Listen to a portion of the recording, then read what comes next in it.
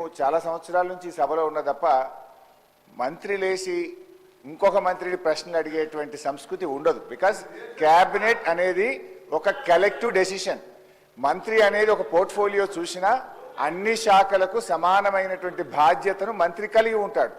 ఇవాళ మీరు కూడా దయచేసి నేను మీతో కోరేది ఏంటంటే మీరు కూడా ఇట్లా ఒక మంత్రి లేచి ఇంకో మంత్రిని ప్రశ్నలు అడగడానికి అవకాశం ఇస్తే అసలు ప్రశ్నోత్తరాల సమయం యొక్క దాని మీనింగే మారిపోతుంది. అధ్యక్ష, దయచేసి లేని సంస్కృతిని తీసుకురావద్దు.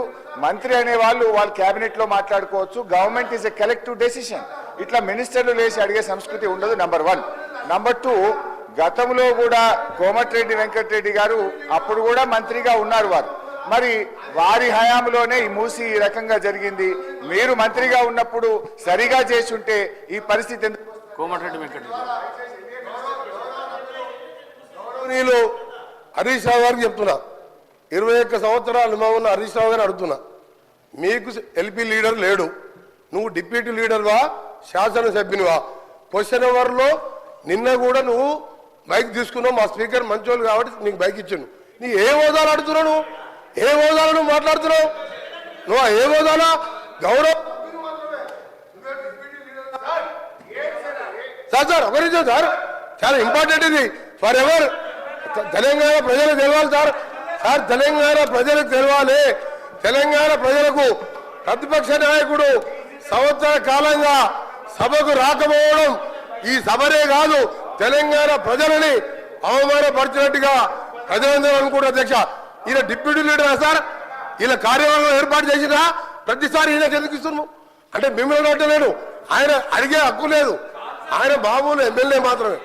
అందుకనే గౌరవ చెప్తున్నా, నా బాధతోని నల్గొండ ప్రజల కడుపులో ఆవేదన, ఫ్లోరైడ్ మూసి నీళ్లు చచ్చిపోతున్నారు సార్. మధ్యలో పేదవాళ్ళు డబ్బున్న వాళ్ళు హైదరాబాద్కి వచ్చిండ్రు, డబ్బు లేని దళితులు గిరిజనులు నల్గొండలు చచ్చిపోతున్నారు. అంత కనికరం లేదు సార్ వీళ్లకు. ఎస్ఎల్బిసి సొరంగం 70% పూర్తి చేశాం. ఇరిగేషన్ మినిస్టర్గా ఉండి ఒక్కసారి సొరంగం రాలే. ఆయన నల్గొండ గురించి కానీ నా గురించి మరి మాట్లాడే హక్కు లేదు అధ్యక్ష. ఆయన ఒక గౌరవ శాసనం చెప్పుడు మాత్రమే, డిప్యూటీ లీడర్ కాదు, సిఎల్పి సెక్రటరీ కాదు, లీడర్ లేడు వాళ్లకు. వాళ్ళ సార్ మాట్లాడేది.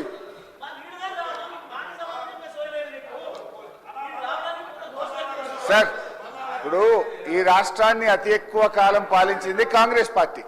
ఇవాళ మూసీలో ఇవాళ నల్గొండ జిల్లా ప్రజలు ఏదైనా బాధపడుతున్నారంటే దానికి ప్రథమ ముద్దాయి కాంగ్రెస్ పార్టీయే. ఎందుకంటే ఈ రాష్ట్రాన్ని ఎక్కువ రోజులు పాలించిందే కాంగ్రెస్ పార్టీ. మీరేం చేసిందని మమ్మల్ని మాట్లాడుతున్నారు.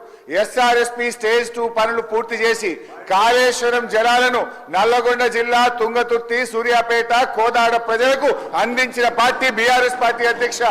అధ్యక్ష, అనవసరంగా ఒకరోజు చర్చ పెడదామంటే పెట్టండి. కాంగ్రెస్ పాలన ఏం చేసిందో మేమేం చేసాము. జరుగుతున్నది క్వశ్చన్ అవరు. క్వశ్చన్ కు సూటిగా ప్రశ్నకు ఆన్సర్ జరిగితే 10 ప్రశ్నలు వచ్చేటువంటి అవకాశం ఉంటుంది. ప్రతిరోజు 3 ప్రశ్నలకు 4 ప్రశ్నలకే సభ పోతుంది కనుక దయచేసి మీరు ఒక్కొక్క ప్రశ్నను సూటిగా ప్రశ్న సమాధానం చెప్పేట్టు చూడండి. మంత్రులు లేచి రాజకీయ ప్రసంగాలు చేస్తే మేము ఇంటరప్ట్ చేయాల్సి వస్తుంది. దానికి అవకాశం ఇవ్వద్దని మిమ్మల్ని కోరుతున్నాం. గౌరవ సభ్యులు. Thank you sir. సార్, ఈ ప్రశ్నోత్తరాల సమయం చాలా కీలకమైంది, కానీ ఉద్దేశపూర్వకంగానే ఈ ప్రశ్నోత్తరాలని 1-2 ప్రశ్నలు